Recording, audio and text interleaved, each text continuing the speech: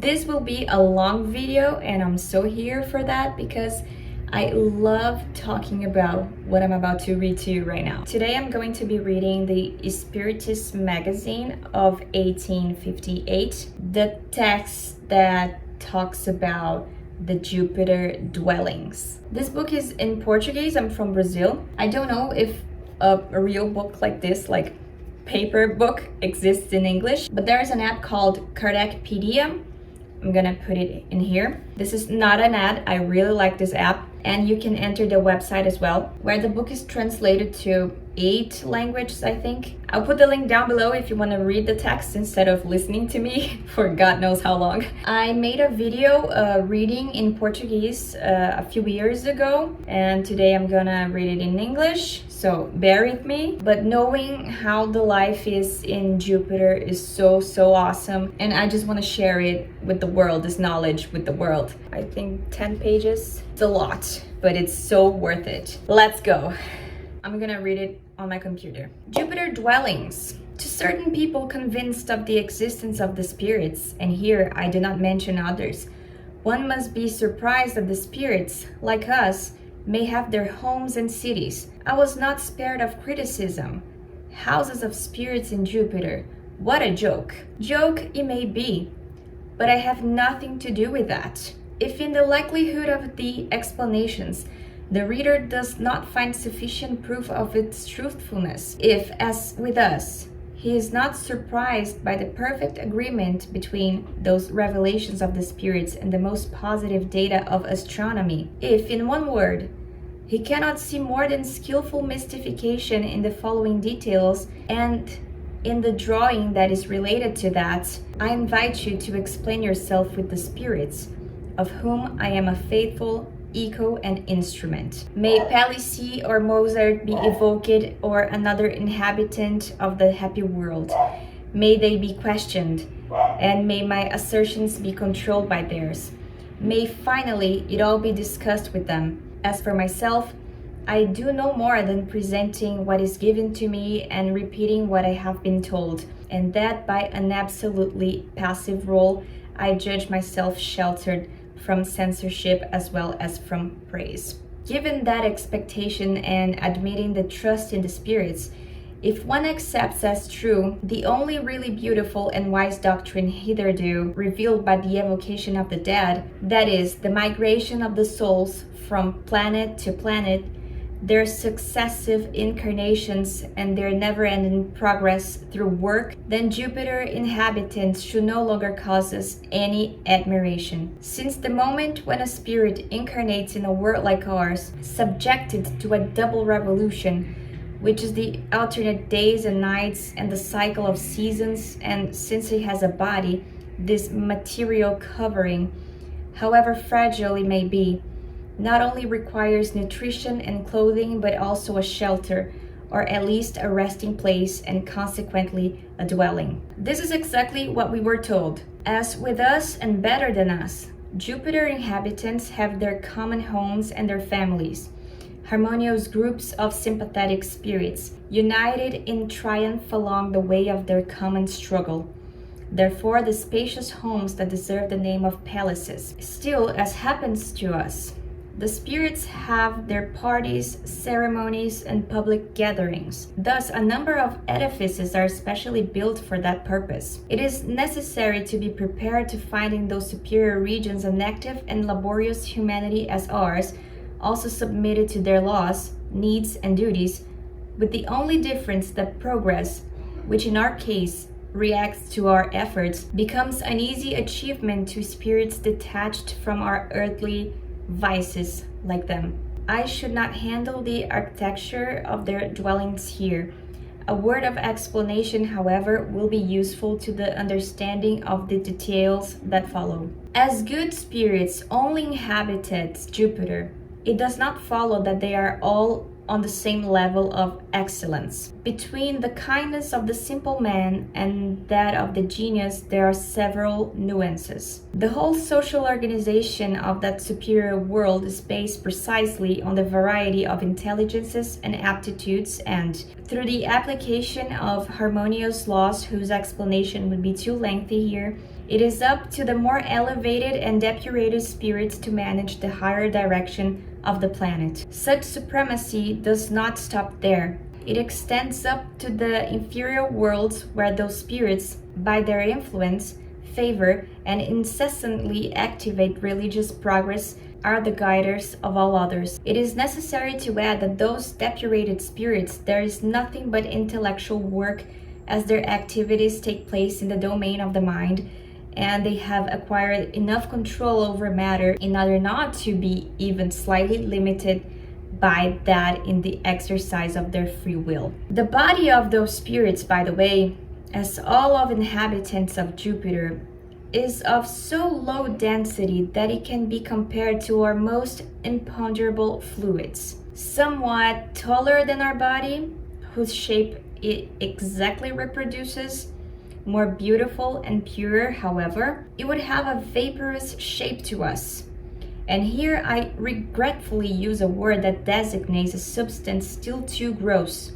Vapor, I was saying, intangible and shiny, particularly around the borders of the face and head, since life and intelligence irradiate from a very ardent focus. It is exactly that magnetic shine foreseen by Christian visionaries that our painters translated by the nimbus or aureole of the saints. It is understandable that such a structure does not bring much difficulty to the extra-worldly communications of those spirits, allowing them an easy and fast dislocation around their own planet. The body so easily avoids the effect of gravity, and its density is so much alike the atmospheric density that it can come and go, move up and down to the simple effort of the will. Thus, some characters that Palissy made me draw are represented hovering the ground or the surface of the waters, or still very high up in the air, with every freedom of action and motion that we attribute to the angels.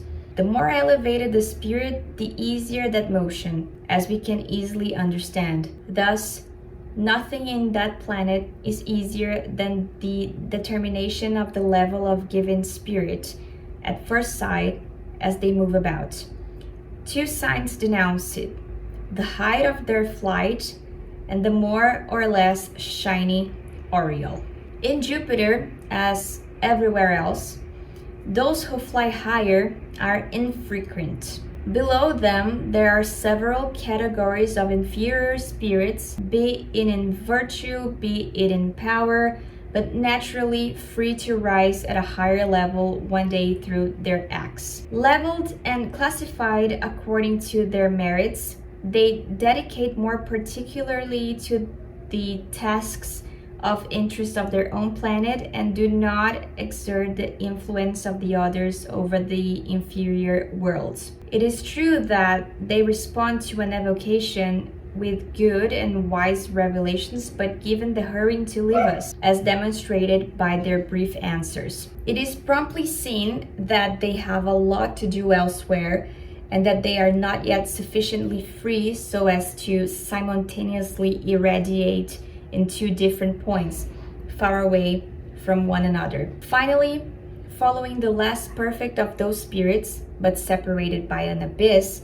there are the animals that are the only servers and workers of the planet, thus deserve a special reference. If we designate the bizarre beings that occupy the inferior limits of the scale by the name of animals, it is because the spirits themselves admitted its use, besides the fact that our language does not have a more adequate term. Such a designation significantly degrades them. However, calling them men would elevate them too much. There are spirits truly dedicated to the animality, maybe for a long time, maybe forever, once the spirits are not in total agreement in that regard, and the solution to this issue seems to belong to worlds more elevated than Jupiter. Nevertheless, whatever their future may be, there is no mistake with respect to their past. Those spirits, before going to Jupiter, continuously migrated in our inferior worlds from the body of one animal to another through a perfectly graduated scale of progression. A careful study of our earthly animals their customs, their individual characters, their ferocity away from man, and the slow but always possible domestication, everything yields sufficient demonstration of the reality of such animal ascension. Thus, no matter how we look at it, the universal harmony is summarized in only one law: progress everywhere and to all, to the animal as to the plant as to the mineral. In principle, a purely material progress in the insensitive molecules of the metal or the pebble, and gradually more intelligent as we move up in the scale of the creatures and as the individuality tends to separate from the masses in order to stand alone and know oneself. This thought is elevated and consoling as never before, because it proves that nothing is sacrificed, that the reward is always proportional to the actual progress. For example, the dedication of a dog by its owner is not sterile to the spirits, as it will have its just compensation beyond this world. That is the case with the animal spirits that inhabited Jupiter. They perfected at the same time as us, with us, and with our help. The law is even more remarkable. It awards so much the devotement to man as the first condition to their planetary ascension, that the wishes of a spirit in Jupiter can attract to him every animal that in one of his previous lives had given him proof of affection. Those sympathies that in those regions form families of spirits also aggregate around these families entourages of dedicated animals. Consequently, our attachment to an animal in our world, or care in taming and humanizing them, everything has a reason, and everything will be rewarded. It is a good server that we prepare to a better world. This is so beautiful. Here, that's my dog barking. It will thus be a worker, since all material work is reserved to that species. All the corporeal effort, hauling or construction, sowing or harvesting. The Supreme Intelligence has prepared a body that accomplishes all that, simultaneously participating into the advantage of animal and man. We can have an idea from a sketch of Palissy representing some of those animals entertaining themselves in a ball game. The best comparison one could have would be with the fawns and satyrs of the fable. The slightly hairy body stands up like ours. In some, the paws disappear, giving place to certain legs, which still resemble the primitive form, and also to robust arms, singularly implanted and terminated by two real hands if we consider the position of the thumbs. Surprisingly, the head is not so much advanced as the rest. Thus, the looks has something of human, but the skull, the jaw, and ear, above all, have nothing noticeably different from the earthly animals. It is then simple to distinguish them. This is a dog, the other a lion. Adequately dressed with outfits very similar to ours, only lack of the oral word to look like some men from our planet. This is precisely what they miss and what they could not do. Skillful to understand each other through a language that has no similarity with ours, they no longer misunderstand the intention of the spirits who guide them. A glance, a gesture is enough. The animal guesses and obeys, without a whisper, certain magnetic impulses whose secret is already known by our tamers of beasts and, what is more important, voluntarily, since they are fascinated. That is how every heavy duty is imposed on them, and that with their support everything works regularly. From one to the next extreme of the social scale, the elevated spirit thinks and deliberates. The inferior spirit acts on his own initiative, and the animal executes. Thus the conception, execution, and the action harmonize, bringing everything to their conclusion, swiftly and through the simplest and safest way. I apologize for such an explanation. It was necessary to the subject that we can mention now. While waiting for the promised maps, which will greatly facilitate the study of the whole planet, we can, through the description given by the spirits, have an idea of their great city, of the city by excellence, of that focus of light and activities that they agree to call what seems strange to us by the Latin name Julius. In our last continent, says Palissy, in a valley of 700 to 800 leagues wide, to utilize your measurement system, a magnificent river comes down from the northern mountains and, boosted by a lot of streams and creeks, forms 7 or 8 lakes in its path, that the smallest would be called sea among you. It was by the shores of the largest of those lakes, baptized as the Pearl, that our predecessors launched the foundations of Junius. The primitive city still exists, guarded as a precious relic. Its architecture is very different from yours. When the time comes, I will explain all that to you. Know only that the modern city is just a few hundred meters away from the old one. Constrained by high mountains, the lake pours into the valley from 8 huge waterfalls that form other isolated streams, dispersed in all directions. With the support of those watercourses, we excavate several rivulets, canals, and lakes in the plains, keeping the firm soil only for the houses and gardens. That results in a kind of amphibious city, like your Venice, where one cannot say at first sight if it was originally built on the ground or on the water. Today, I will not say much about 4 sacred edifices built upstream of the falls so that the water gushes out through their porches. Such constructions would seem incredible to you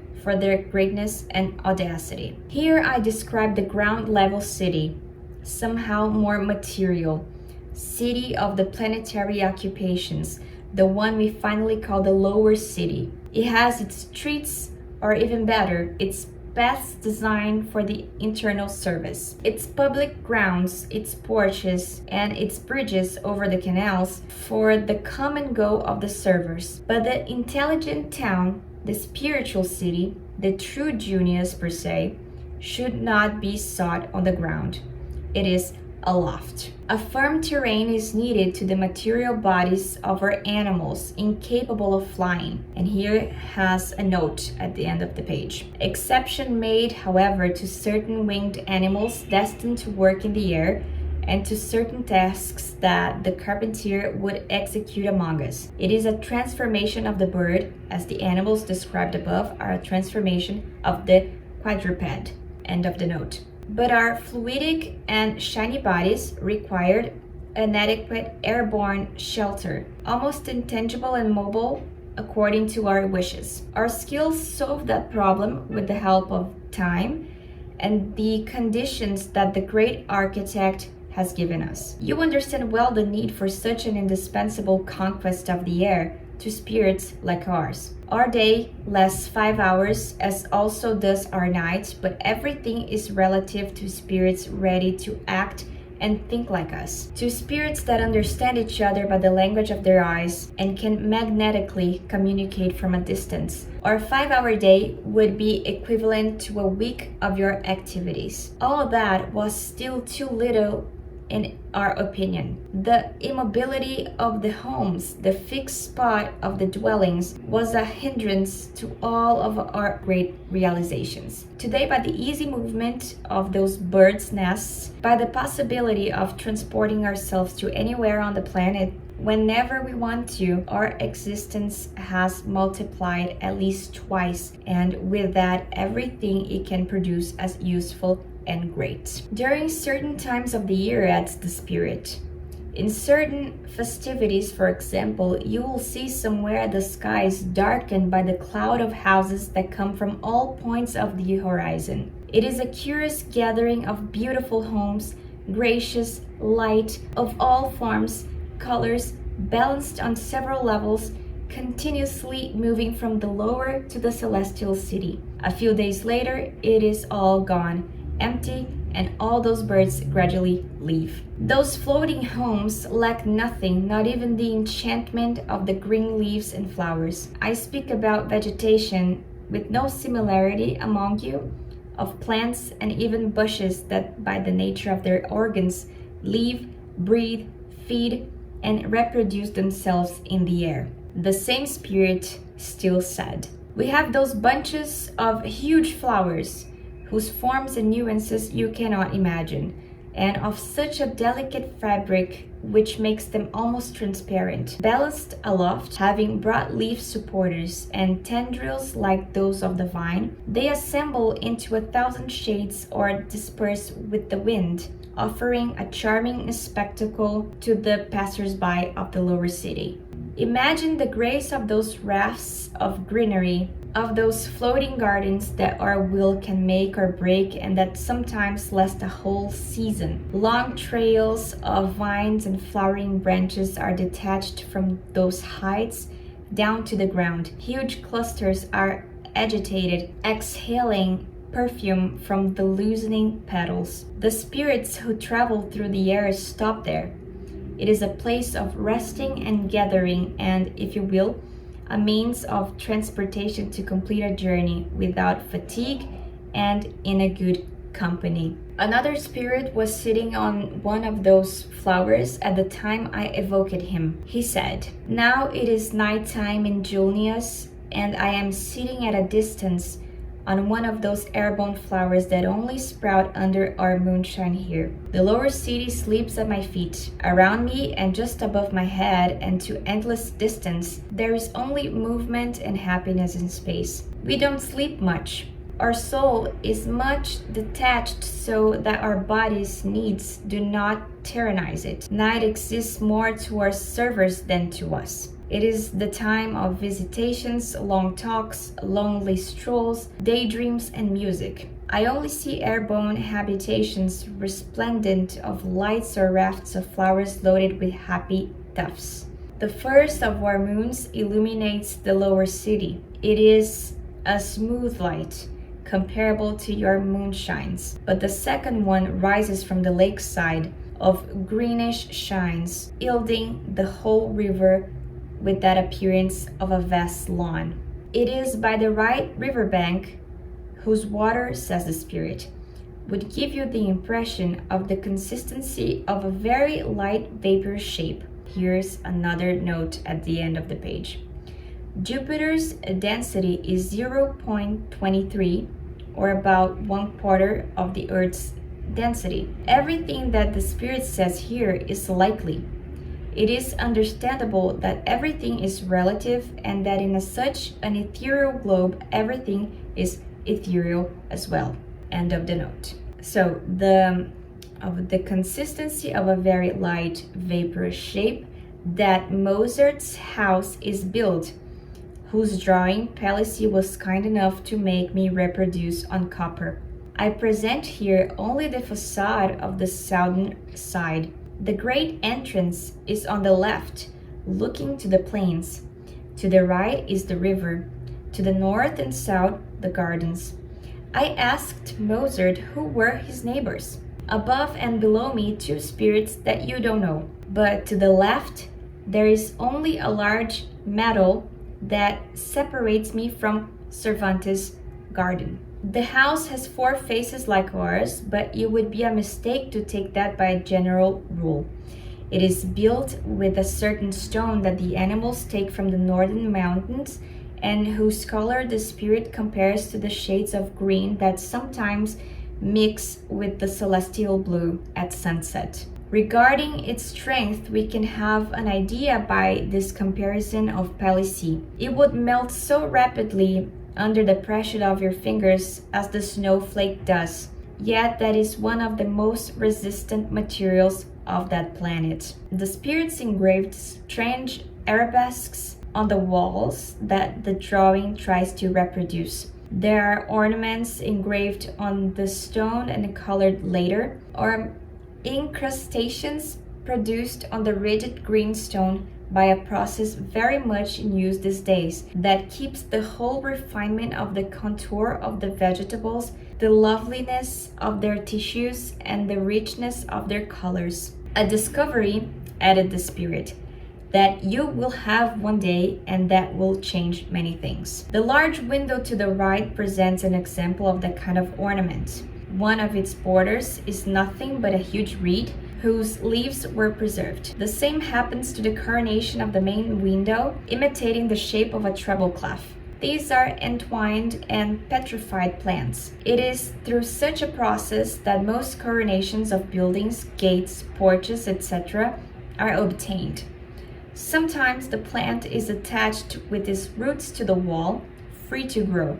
It then grows, develops, the leaves spread at random, and when it achieves the full and desired development for the ornamentation of the building, the artist petrifies it on the spot. Palissy's house is almost entirely decorated by such a process. Destined initially only to the furniture, then to the casing of doors and windows, this type of ornament gradually perfected, finally taking over the architecture as a whole. Nowadays, it's not only flowers and bushes that are petrified, but the whole trees themselves, from the root to the crown. The palaces, as with other buildings, have almost no other type of columns. Similar petrification is applied to the decoration of the windows. Flowers of large leaves are skillfully stripped from its lamina. Only a bunch of fibers remain, so fine as the finest muslin. They are then crystallized and artistically arranged to make up the whole window that filters a smooth luminosity to the interior. A kind of multicolor liquid glass that hardens in the air, transforming the leaf into a kind of stained glass, is also employed. Charming and illuminated transparent branches result from the arrangement of those leaves at the windows. As for the dimensions of those openings and several other details that at first sight may surprise you, I am forced to provide an explanation. History of architecture in Jupiter would require a whole volume. I shall not talk about the furniture either, sticking to the general structure of the house. From the preceding, the reader should have understood that the house of the continent to the spirit is nothing more than a kind of resting place. The lower city is only used by the spirits of the second order, in charge of the planetary businesses, like agriculture, for example, or the exchanges, and to keep the good order among the servers. Thus, every house on the ground generally has 2 stories, the ground level destined to the spirits who operate under the orders of the master, also accessible to the animals. The upper level only used by the spirit that occasionally stays there. That is why we see in several houses of Jupiter, like this one for example, as with Zoroaster's, a staircase and a ramp. Those who can fly on the surface of the water, like the robins, or run on top of the wheat crops without bending them, can perfectly well move without stairs and ramps to get to their homes. But the inferior spirits cannot fly so easily. Those cannot rise but by irregular movements, and the ramps are not always useless to them. Finally, the stairs are absolutely necessary to the animal servers that only walk like us. The former also have their pavilions, which by the way are very elegant and are part of every large residence, but their functions constantly draw their attention to the master's house, being thus necessary to facilitate their entry and also the internal traffic. That is why such original constructions, whose bases are similar to our earthly buildings but entirely different on the upper level. This one distinguishes itself by an originality that we could not absolutely imitate. It is a kind of arrow that swings at the top of the building above the great window with its original coronation. That delicate and easy moving topsail is supposed to stay put since the artist's conception at the very place he had defined, not supported by anything, but completing the decoration. The dimension of the copper plate, regrettably, would not allow space for its representation. As for Mozart's airborne house, it is only needed to the testimony of its existence. The limits of this article do not allow me to extend beyond the subject. I shall not conclude, however, without an in passing explanation about the kind of ornaments that the great artist chose for his home. The similarity with our terrestrial music is easy to identify. The treble clef is frequently repeated and original thing, never the bass clef. In the decoration of the ground floor, we find a violin bow, a kind of tiorba or bandolin, a harp, and a music staff. Above, there is a large window that vaguely resembles the format of an organ. The others have the appearance of a large musical notes, but the small ones are abundant everywhere. It would be a mistake to conclude that Jupiter's music is comparable to ours and that it is presented by the same symbols. Mozart gave an explanation about that so as to eliminate any doubt. But in the decoration of their homes, the spirits remembered the earthly mission that gave them the merit of the incarnation in Jupiter, and that magnificently summarizes the character of their intelligence. Thus, in Zoroaster's house, it is the planets and the flame that constitute every decorative element. Besides, as it seems, this symbolism has its own rules and secrecy. Those ornamental elements are not randomly arranged. They have their own logic, imagination, and precise meaning, but it is an art that the spirits of Jupiter refrain from leading us to understand, at least by now, and about what they do not willingly explain. Our early architects also employed a symbolism in the decoration of their cathedrals. Saint-Jacques Tower is a Hermetic poem if we give credit to the tradition. Therefore, there is no reason for surprise with respect to the originality of Jupiter's architecture. If it counters our ideas about human art, it is in fact due to an abyss between an architecture that lives and speaks and an expressive masonry like ours. In this, as in everything else, prudence helps us to avoid such an error of relativism that intends to reduce everything else to the proportions and habits of the terrestrial man. If the inhabitants of Jupiter ate, slept, lived, and walked like us, there would be no advantage in going there. It is because that planet differs a lot from ours that we want to know it and dream about it as our future dwelling. As for myself, I believe I have not wasted my time and would be very happy for having been chosen by the spirits to be their interpreter if their drawings and their descriptions inspired in one believer only the desire to move up to Jupiter more rapidly, giving him courage to do everything in order to achieve that. Victorien Sardou. And here is Kardec commenting. The author of this interesting description is one of those ardent and enlightened individuals that are not afraid of confessing their beliefs loud and clear, and that position themselves above the criticism of those who believe in nothing but in their own circle of ideas. Connecting their names to a new doctrine, defying sarcasm, is a courage not given to all. We congratulate Mr. Victorien Sardou for having done this. His work reveals a distinct author who is still young but has already conquered a place of honor in literature, allying his talent of writer to his profound knowledge of a scholar. It is one more proof that Spiritism does not recruit among fools and ignorant. We wish Mr. Sardou may complete his work as soon as possible and as brilliantly as he started. If the astronomers unveil to us through wise researches the mechanism of the universe, the spirits, by their revelations, let us know its moral state and, as they say, with the objective of motivating us towards the good to deserve a better life. So that's it for today. I hope you enjoyed it. Sorry if I said something wrong. See you guys.